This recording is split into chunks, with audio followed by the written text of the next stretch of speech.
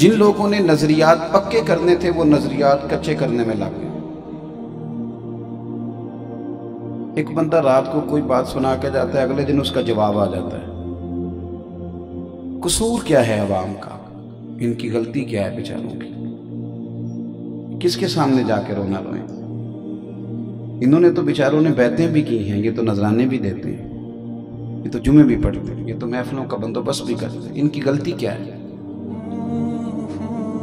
کس بات کی سزا دی جا رہی ہے عوام اہل سنت کو؟ کہاں کھڑا کر دیا لا کے؟ اور ایسے ایسے سوالوں کے جواب دینے پڑتے ہیں کہ کبھی سوچا بھی نہیں تھا کہ ان کا بھی جواب دیں گے۔ بس اپنا ذہن اچھی طرح سمجھ لیں، اچھی طرح، اور اس کو اپنے ذہن میں بٹھا لیں۔ ایک مثال دیتا ہوں، آپ نے اس کو اچھی طرح اپنے ذہن میں بٹھا لینا ہے۔ مثال دینے لگا ہوں، میں یہ باتیں کرتا نہیں، لیکن چونکہ بچے بیٹھ ہی اس پہ گئے ہیں تو سلام کے بعد فوراً کہتے ہیں جی یہ نئی بات آ گئی ہے، جواب دیں۔ تو میں کہتا ہوں یار جو اتنے جواب دے رہے ہیں وہ تھوڑے ہیں، ہم سے جواب لے کے آپ نے کیا کرنا ہے؟ جواب ہی تو رہ گیا۔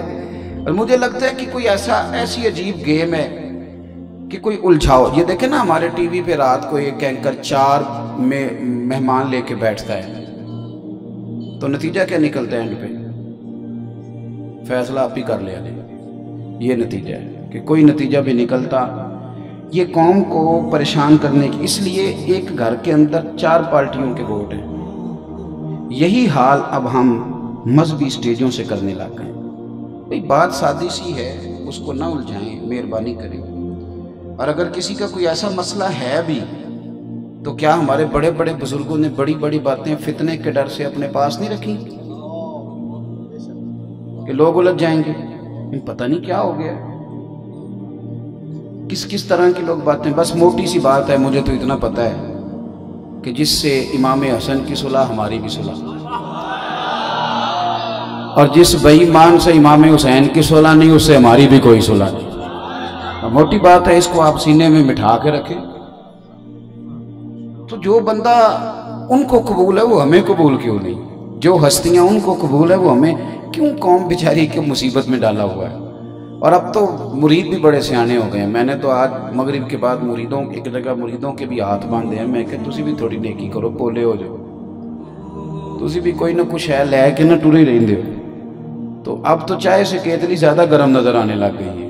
پہلے مشائخ فیصلے کرتے تھے، اب مرید فیصلے کرتے ہیں۔ صحیح کہہ رہا ہوں؟ پہلے استاد فیصلے کرتے تھے، اب شاگرد فیصلے کرتے ہیں۔ وہ کہتے ہیں استاد جی ادھر نہیں جانا، بالکل وہ ہمارے خلاف ہیں۔ استاد جی کا دل بھی وہ جانے کو پھر بھی نہیں جانے دیتے، اور استاد جی کو وہ پتہ ہے کہ واپس بھی انہی کے پاس آنا ہے، لہذا بہتر ہے نہ ہی جاؤ۔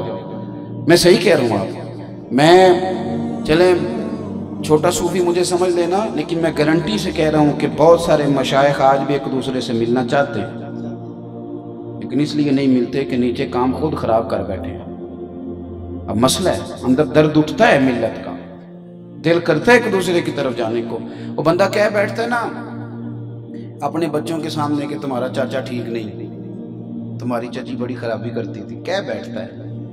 پھر چھوٹا بھائی کہیں الجھ جائے نا تو دل کرتا ہے اس کی مدد کرنے کو، لیکن بچوں کا ذہن خود ہی بنایا نا، پہلے نہیں سمجھ آئی بات کی۔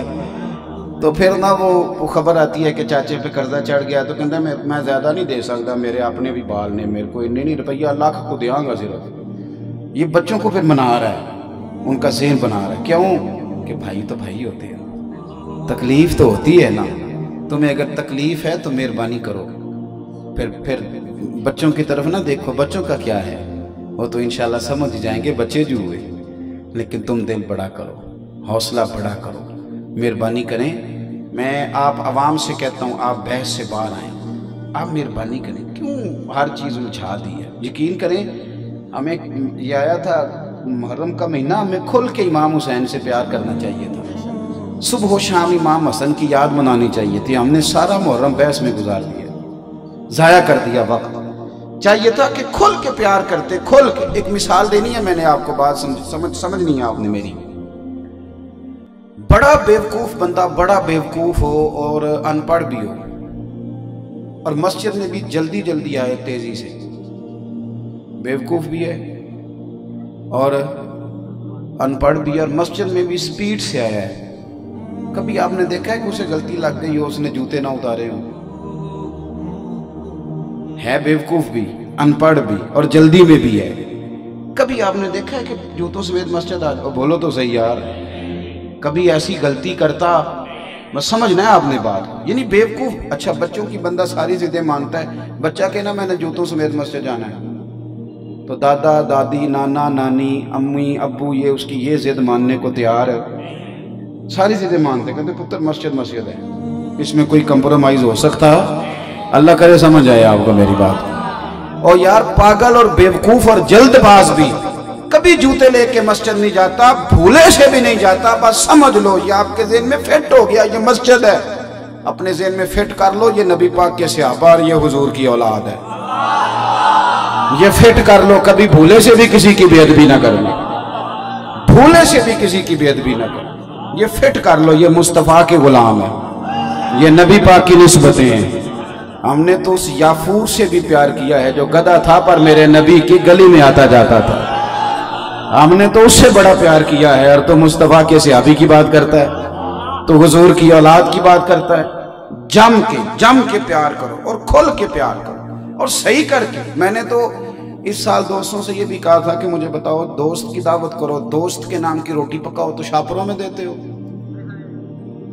कहने लगे नहीं। तो मैंने कहा फिर मेहरबानी करना हुसैन इब्ने अली के नाम का लंगर भी शापर में ना देना, शापर में डाल के ना देना, बिठा के लोगों को खिलाना, मेहरबानी करना। उस लंगर की भी बेअदबी ना करना जो इमाम अली मकाम के नाम का है। तो अपने अकायद के अंदर ये मेरी और फिर मैं ना, चूंकि यहाँ कौकब साहब तशरीफ फरमाए, मैं ये बड़े आदमी हैं, मुझे एक दो दफ़ा फ़ोन आया तो मैंने बताया दोस्तों को कि मुझे अल्लामा अज़ीज़ुद्दीन साहब का फ़ोन आया।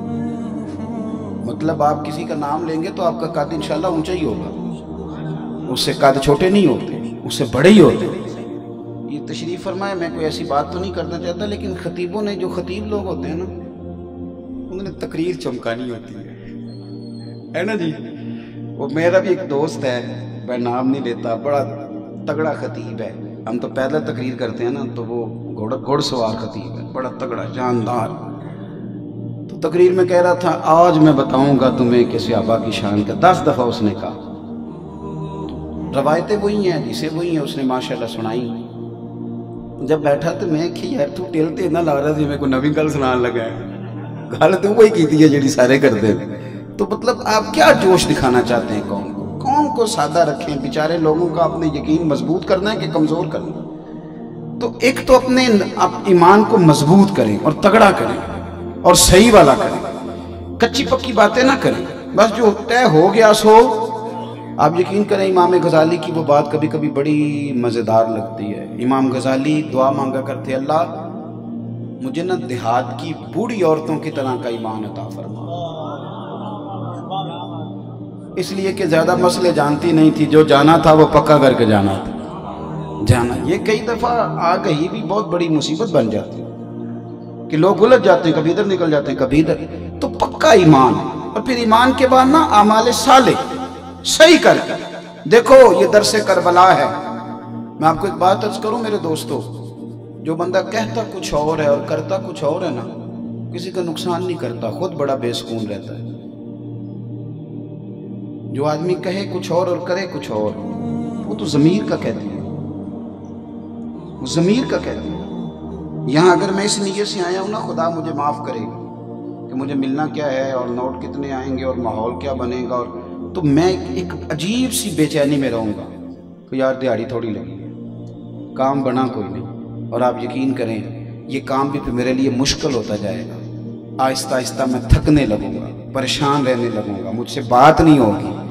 लेकिन अगर मैं कहूँगा ना उस बंदे का शुक्रिया जिसने महफिल सजाई, लोग बुलाए, माइक लगाया और मुझे कहा यार तेरी हैसियत तो कोई नहीं, पर हमें मुस्तफ़ा की औलाद की बात सुना, और फिर एक चस्का जो अपने रूह को चढ़ेगा ना, जो अपनी कैफियत बनेगी, वो बड़ी मज़ेदार हो। जिंदगी अमल वाली बनाए, अमल वाली।